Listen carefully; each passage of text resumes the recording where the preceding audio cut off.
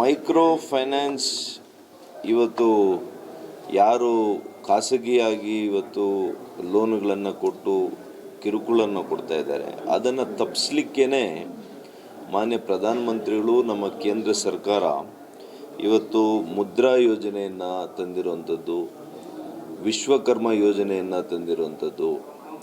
ಅದೇ ರೀತಿ ಇವತ್ತು ಪ್ರಧಾನಮಂತ್ರಿಗಳ ಇವತ್ತು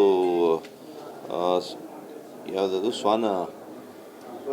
ಸ್ವನಿಧಿ ತಂದಿರತಕ್ಕಂಥದ್ದು. ಇದೆಲ್ಲ ಕೂಡ ಬೀದಿ ಬದಿ ವ್ಯಾಪಾರಿಗಳಿಗೆ, ಮಹಿಳಾ ಸಬಲೀಕರಣಕ್ಕೆ ಇದೆಲ್ಲ ಕೂಡ ಭಾಳಷ್ಟು ಉಪಯೋಗ ಆಗ್ತದೆ.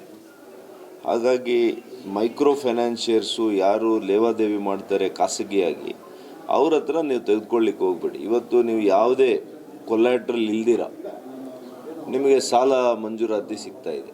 ಸ್ವನಿಧಿಗೆ ಉಚಿತವಾಗಿ 10,000 ರೂಪಾಯಿ ಬೀದಿ ಬದಿ ವ್ಯಾಪಾರಿಗಳಿಗೆ ಕೊಡ್ತಾ ಇದ್ದೀವಿ. 10,000 ರೂಪಾಯಿ ಈ ಯಾರು ದಿನನಿತ್ಯ ತರಕಾರಿ, ಹಣ್ಣು ಹೀಗೆ ಬೀದಿ ಬದಿಯಲ್ಲಿ ವ್ಯಾಪಾರ ಮಾಡೋರಿಗೆ 10,000 ರೂಪಾಯಿ ಇಲ್ದಿರ ಇರುವಂಥವ್ರಿಗೆ ಉಚಿತವಾಗಿ ಕೊಡ್ತಾ ಇದ್ದಾರೆ.